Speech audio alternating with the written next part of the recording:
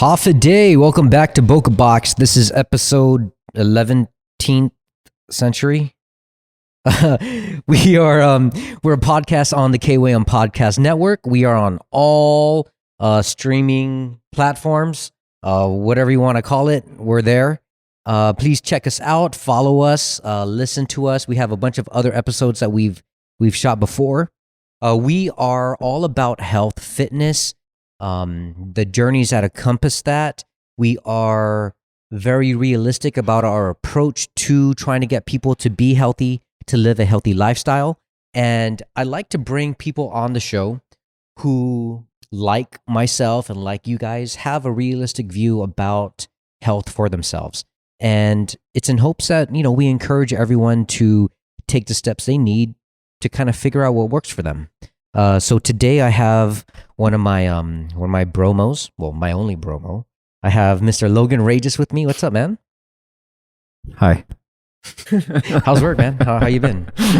Work's it's keeping me very busy, but I'm doing well. That's good. Yeah. Logan was on, man, I think you're on maybe the second or third podcast that I shot. Yeah. That's when I started the food blog. And that's right. What happened to that? God, I listened to that podcast and I was like, oh my God.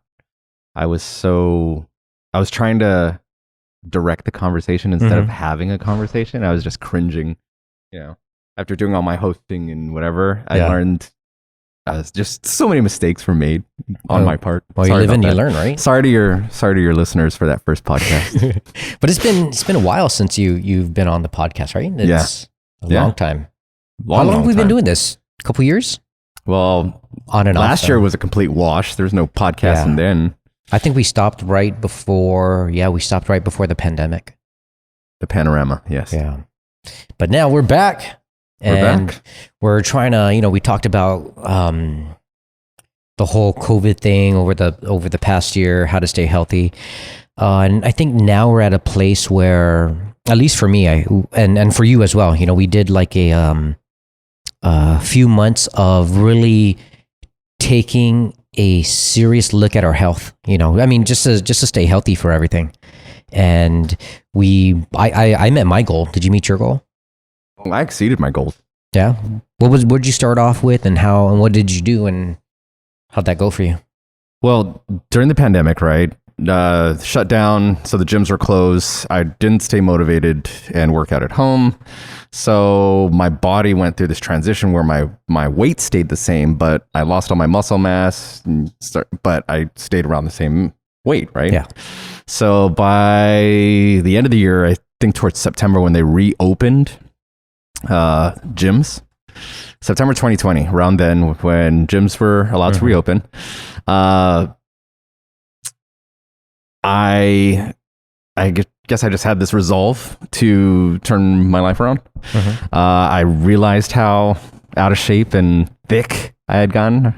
And rather than changing my diet so much, I just increased my activity level. Because I know from experience that I do a lot better when I just increase my activity level as opposed to trying to adjust my eating and be like, okay, I'm only going to eat salads and this and this and this. I mean, it works sometimes, but I enjoy the increased activity more. Yeah.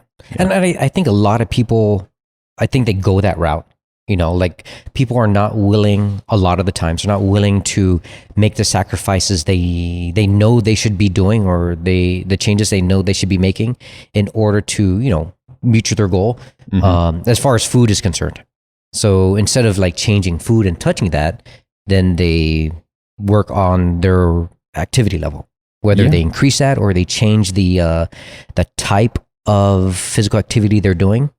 And I think that's, for me personally, that's an easier step than changing your diet. It's a good first step because it's like you can do something fun and you can go from sedentary, which I was, to active. And I did a bunch of different things. I did the functional fitness over at Custom Fitness. I started going on walks. I went on leisurely walks. I went on really intense, fast-paced 5-mile walks. Like speed walk, like your speed hips all walking, like fucking. but like- I mean, your but hips like- all in that. But yeah, no. So I went from 186 to 165. Now I'm walking around at 171. So, and I did that on a caloric restrictive diet. So we were just eating more healthy. Mm-hmm. Tina, my wife, started cooking. That was her pandemic skill that she picked up. So like she was creating these elaborate meals, but you're shopping for yourself. You're not eating out, so you control what you put in your food. So a lot of healthy stuff, or like healthier than say getting something out in the restaurants. And yeah, I just the weight came off pretty quickly. And then I transitioned back. I started adding more protein in my diet because I realized that I had like really shrunk down. I mean, it was cool, and then I was just like, I need like more strength. And from an aesthetic standpoint, I was like, I want to be a little more muscular. Yeah, and from Bromo to Bromo, I would say that you looked really good. Hey, Like I remember because we would go back and forth. I couldn't hear that. There was a. He looked really good, and I was looking. Hey, But like we are the type of people.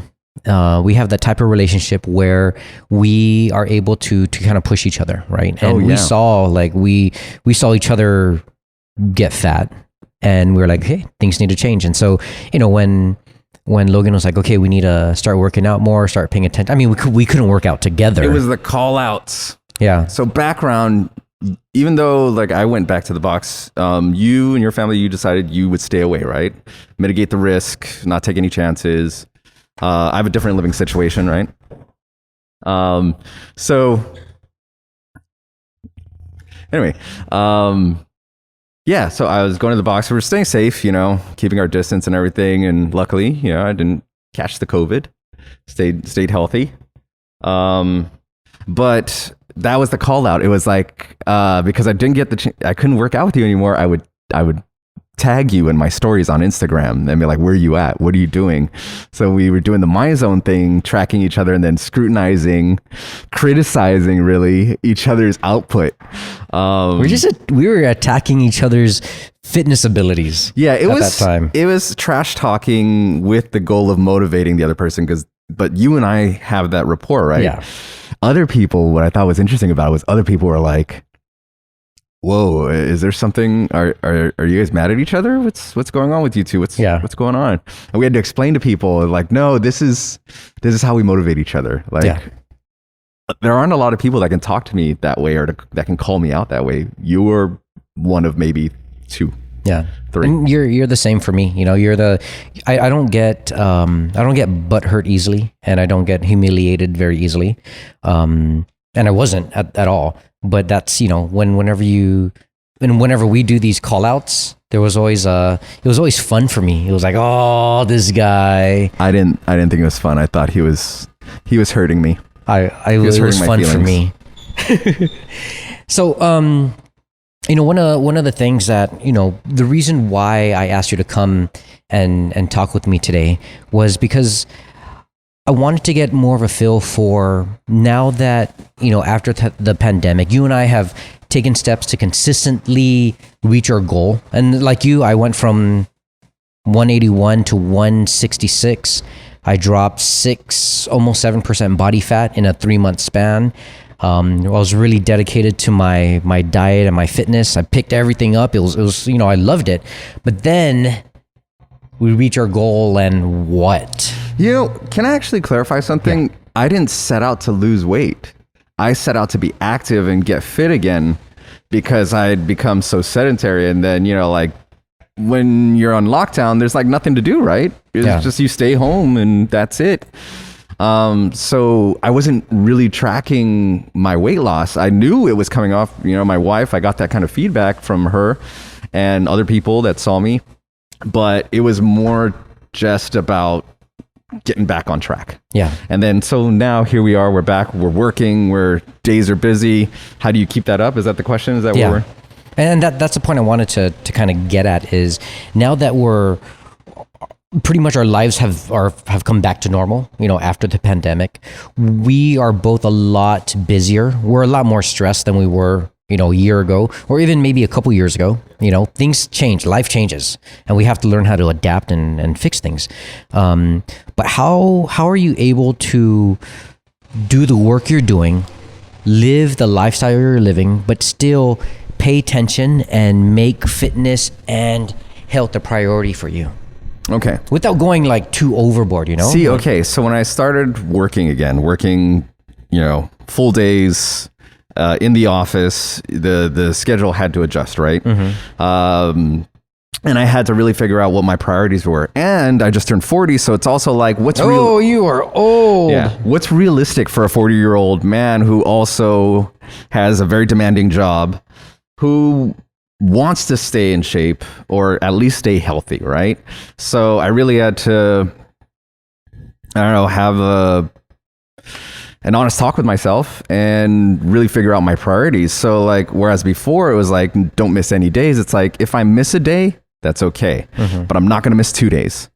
If I'm tired and I need sleep, that's a good enough excuse to, give me a day off, because I prioritize sleep over a lot of things. Yeah, same. Outside, because I've found that, if you're well rested, just everything else is better, even staying in shape.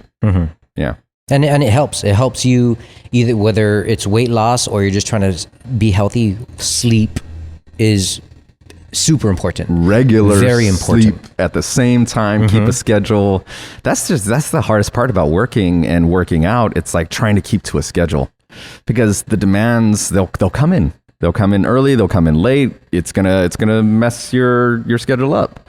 And you just kind of have, for me, it was just like, I got to be disciplined, but I can allow myself some leeway, because working out isn't the only priority. Do you remember growing up and looking at, when you were younger, looking at people who are our age now? Do you remember a lot of late 30, early 40-year-olds that were in shape?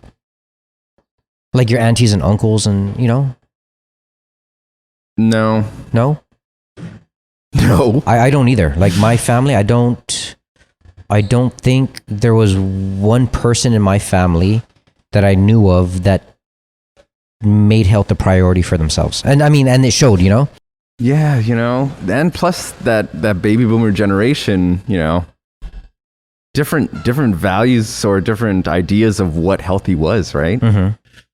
As opposed to ours. Even us, we talked about this at length, about all these food myths that we have been debunked over the years, even within the last 10, 20, 30 years. But yeah, no, and even just like the opportunities to participate in like sports events, I think they've expanded. And I don't know, maybe with social media, it's become, people identify with it more. I don't know. Yeah. So, but yeah, to answer your question, no, growing up, there weren't a lot of people that I saw. It wasn't as prominent as it is now for people our age. But now it's totally different. Now it's not uncommon to see people like yourself, me, that are, taking an active role in their health. And this is probably going to sound pretty bad, but one of my motivators, I know this is a motivator for you, is being 40 and then these 20-year-old kids, and you're like, yeah, what's up, buddy? not like to punk them, but like, we're doing the same workouts, and just kind of like, it's an internal motivation. Yeah. I'm not trying to trash talk these kids, but I'm just kind of like, it's kind of nice being my dad's age when he already had 5 kids, retired from the military, and I don't know, it's just, I think it's kind of cool. Do you still feel like you're 20? Or do you think, and not feel, but do you think like you're... No, gosh. 20-year-old me, ugh. Do you think you're 40? Yeah, I do. But not in the traditional, not in the sense that we have in our head. When I think 40, I think of my dad, 5 kids, retiring from the military. Yeah. Yeah. So it's like when I was younger, him at 40 seemed a lot older. Now at 40, I'm just kind of like, 40 is not that old. Yeah. It is not old at all. Yeah. If we're really, splitting hairs about it, no, it's not. Yeah, because even, like, because I've started going back to the gym now, right? I think it's been a month since I've been back. And first day I walk in, I'm like, okay, I don't know anybody. I didn't know anybody in the class besides the coaches. And like, I'm going through the workout and, everyone stopped because the class ended, but I'm like, I'm going to finish this.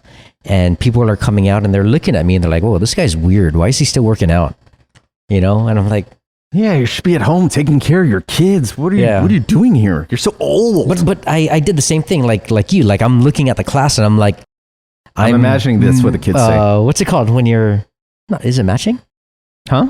Where I'm like, I'm looking at you. I'm like, okay, I'm gonna match this guy. I'm gonna keep the same pace. I'm gonna, try to outdo this guy, even though it's like an individual workout. It's like, yeah, that inner competition that you have. Yeah. It's natural. Yeah, but then like when I feel really good at the end because I look at the guy and I realize, oh, that guy's 20. This guy's 20 and I'm 38. So when you walk over and you're like, hey, you still got time. And then the next day I wake up and I'm all sore. And then you're recovering for the next 4 days. I recover for 2 days. And the 20-year-old is just like, he bounces right back. He went out drinking. Oh, wait, no. That 21-year-old went out drinking and he bounces back the next day like nothing happened. Nothing ever happened. You're like, where's the ibuprofen? Do you, with the job that you have now, highly stressed, do you feel it's a challenge to make your workouts and to eat healthier every day? Food as fuel has become more of a theme. I know that if I'm super stressed out at work and I go, screw it, I'm going to go get some fast food. Yeah. I know I'm going to pay for it. I know it's going to make me sluggish. I know it's going to mess with my morning the next day. But you're kind of like me. Well, you are like me, where when we're stressed, we eat like crap. I stress eat. Yeah, I stress eat too. I eat whatever's within reach. Yeah. Yeah, that's my thing. So if there's a pizza there and it's a very stressful environment, ask your wife. There was a time when we worked together and she saw me destroy a large pizza in about 30 minutes. The whole pizza? Yeah, I just kept going back and grabbing. She's like, did you eat the whole pizza? I'm like, there's 4 more. It's on my desk. There's 3 of us and there's 5 pizzas.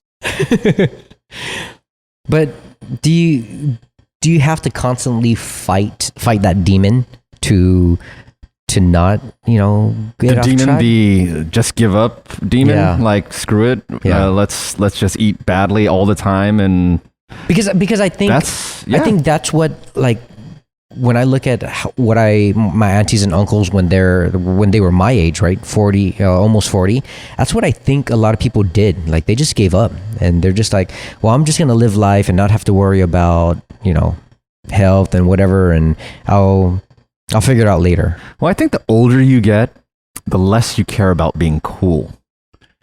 And I think for some people, that might affect how they approach themselves aesthetically. Okay. And like, if that is the motivation to work out, right? But if the motivation is to stay fit and healthy and whatnot, I would assume that, I was the suspicion that those people maintain active lifestyles longer because you don't have that burnout or that I just give up and I'm good, working out is for young people. Mm-hmm. I'm older. I've lived my life. I want to enjoy everything. Kind of like that. It's just, I don't know. So you're saying that if the motivator is to look a certain way, then you're going to keep on that track? I think that is a powerful motivator. Mm-hmm. You just look at people who get older, get divorced. What is the first thing you see them do? They start working out. You're like, I'm sorry if that's... Well, maybe, could it be too that they just have time, Oh, yeah, sure. Like, what am I going to do? Or, new year, new me, It's kind of like that kind of thing. Maybe. I don't know. I'm really speculating here. I'm probably going to get myself in trouble. But that's a realistic view of why at this age people kind of fall off, I think they just priorities. It's just, you get older, you have kids, your job becomes so much more demanding. Maybe you're rising the ranks. Is it a priority for you to look a certain way? Yes. Really? Yes. Like Yes. what is your goal? Like if you're going to describe your like yes, I've reached my goal. What would that be? I want my wife to always look at me like I'm a snack. Oh, I'll look at you like you're a snack. like a mid-morning snack or a afternoon snack. Because mid-morning snack is just like, oh, okay, I'm gonna eat a snack. Afternoon snack is like, oh, where is it? Chewy he's not familiar with that term. Snack. I know all about the snacks. No, it is important to me personally and also for my partner. Yeah. Yeah. I think my view on how I want to look has changed over the past few years, maybe the past 3 years. You know, to be very, very like blunt is I used to want to have abs, be very ripped up and shredded and everything. But then when I look at what people have to do to get there, I'm just like, that's not my lifestyle. Yeah. I don't have that time. You know, I don't have time to commit to that. Commitment. So for me, like my goal is just, can I keep up with my son? Can I keep up with my kids? You know, can I still work out with the best of my friends? You know, can I still work out with you? Can I work out with all these other guys at the gym? Can I keep up? You know, that's for me. That's just like, okay, I'm good if I can still do that. You can't keep up. You know, we haven't worked out yet together. Yeah, somebody called me to work out with him at 4 a.m, and at 3 a.m, he's like, cancel. I did, because my wife burned me. I woke up 2 hours earlier at 3:30 a.m. to work out with him. At 4. Yeah. And that's another thing, is when you talk about prioritizing your life, right? To make sure that you get certain things done. For me, like I look at my daily schedule, and I'm at Boka. I'm working at 7. You know, I'm at the stores shopping for whatever I need for the day. I'm working all the way to about 3:30, 4 o'clock, get my kids. And by the time I get home, I'm tired. Like it's hard for me to like push myself to work out after work. Yeah. Right. And so for me, I would rather sit down, relax, have a nice glass of whiskey with my wife, watch my kids play. Unwind, transition into home life from work to home.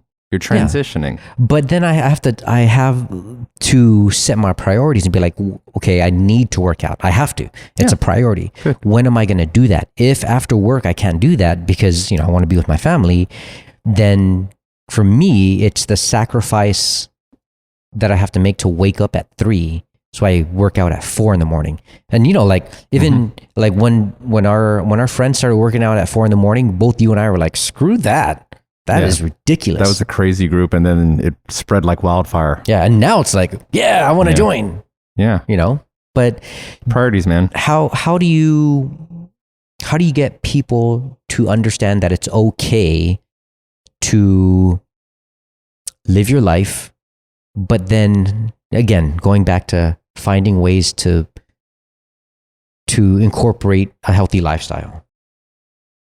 Well, I think self-awareness is key, paramount.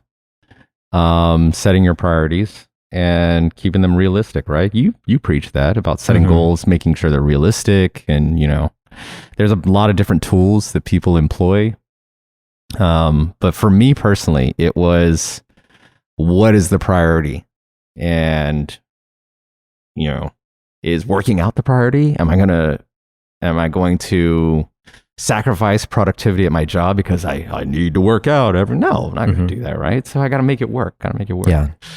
And that I had to let go of some things, like, you know, being so attached to doing this every day, because I'm a creature of habit. I like my routines. I like my schedules. So if I have to break them or change them, I'm like, oh, you know, it messes with me. But it was just, you know, you got to make big boy decisions. Yeah. You gotta adult up. Right. Adult. Yeah. How has Logan now, past year, how has Logan now changed from Logan 2 years ago? As far as fitness and nutrition is concerned? Well, I realize how much more I'm affected by alcohol, so I don't drink as much. In fact, my whole perception of alcohol has completely changed. Explain. It used to be something that would supplement an evening, where it can add to the social aspect, right? But now it's just like, oof, do I really want to drink? Man, I'm gonna hurt for the next 2 days. Oof, okay. If I drink that, how many calories am I going to be imbibing? Yeah. And it's the relationship with alcohol has shifted so much, and that's had a huge impact on well-being, my overall well-being, not just, working out and everything. I think that's, at least for me too, that's my number one demon. That's whenever I look at, okay, what have I been doing or what do I need to do to get back on track? It comes back to alcohol. When we went through those three or 4 months of, getting really fit and losing a bunch of weight I didn't drink. I didn't drink for like 2 months. Oh yeah. At all. If you want to lose a lot of fat and like kind of kickstart your system, right, into a fat burning system, get rid of alcohol. Do you remember when we did the REM? The REM is arresting our RMR, RMR, resting metabolic rate, right? And both of our metabolisms, according to the machine, were messed up. Mine we were like really on the low end of the spectrum, right? And when we did that, you know what? That's like 2 years ago we did that. Yeah. When we did that, I did a bunch of research into metabolism. How do I better my metabolism? Can I fix my metabolism? Sleep. Sleep was one. Sleep and alcohol. Yeah. And, man, cut out alcohol, right? Yeah. Well, yes. Cut it. I cut it out. I looked at athletes and they do their journaling. And instead of having drinks, 3-4 drinks or whatever regularly, multiple times a week, it was like maybe once a month they'll have drinks.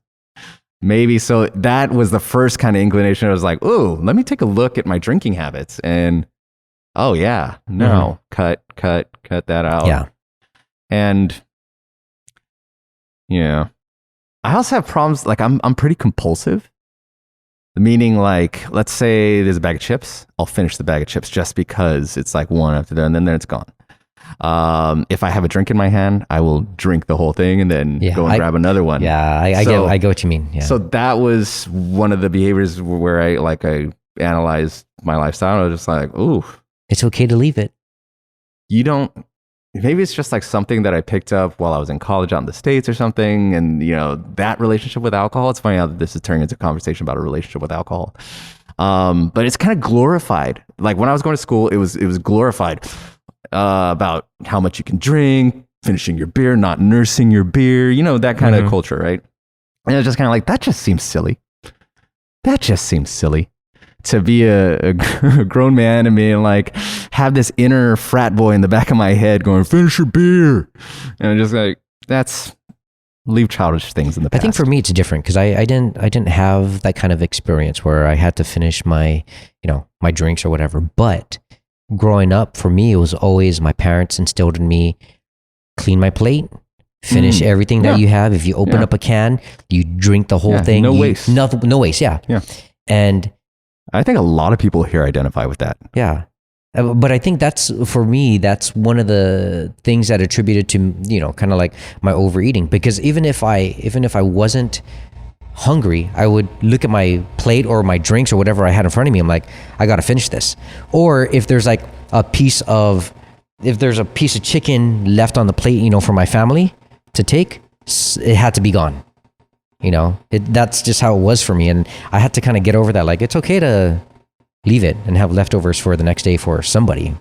But yeah. Or, to approach the fiesta table and not fill your plate up to capacity. Be like, all right, this is going to be a 3 trip.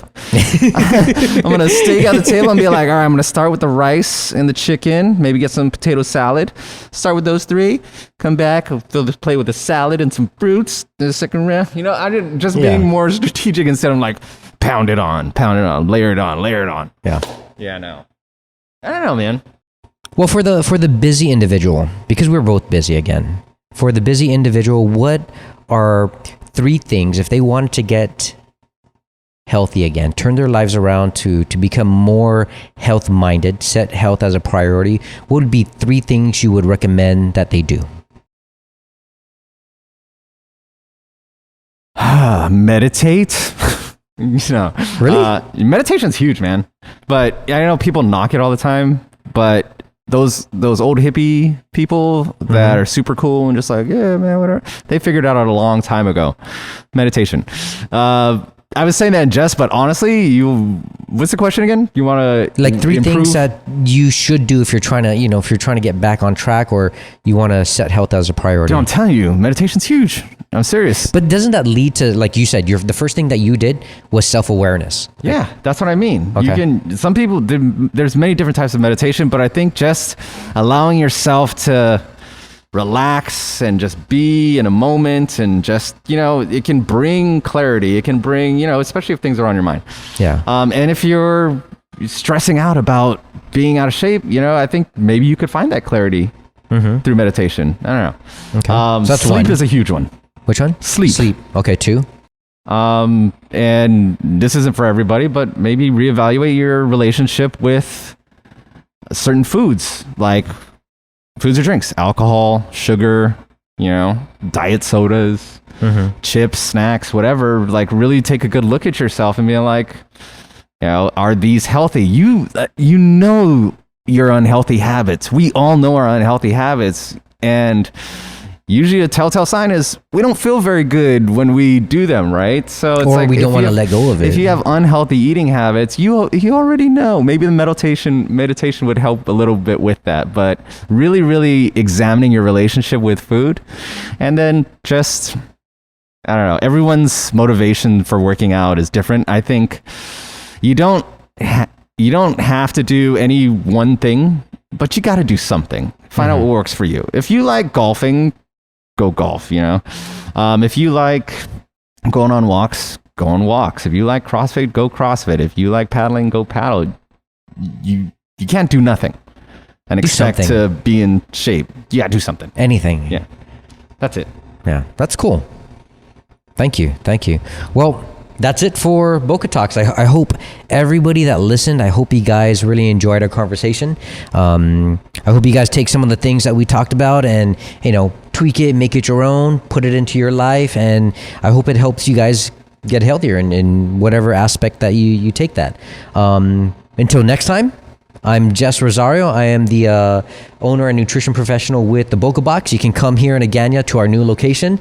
Talk to me about anything nutrition related or any of our meal plans that we can help support your healthy lifestyle. This is Logan Reyes again, my bromo, and see you next time. Adios.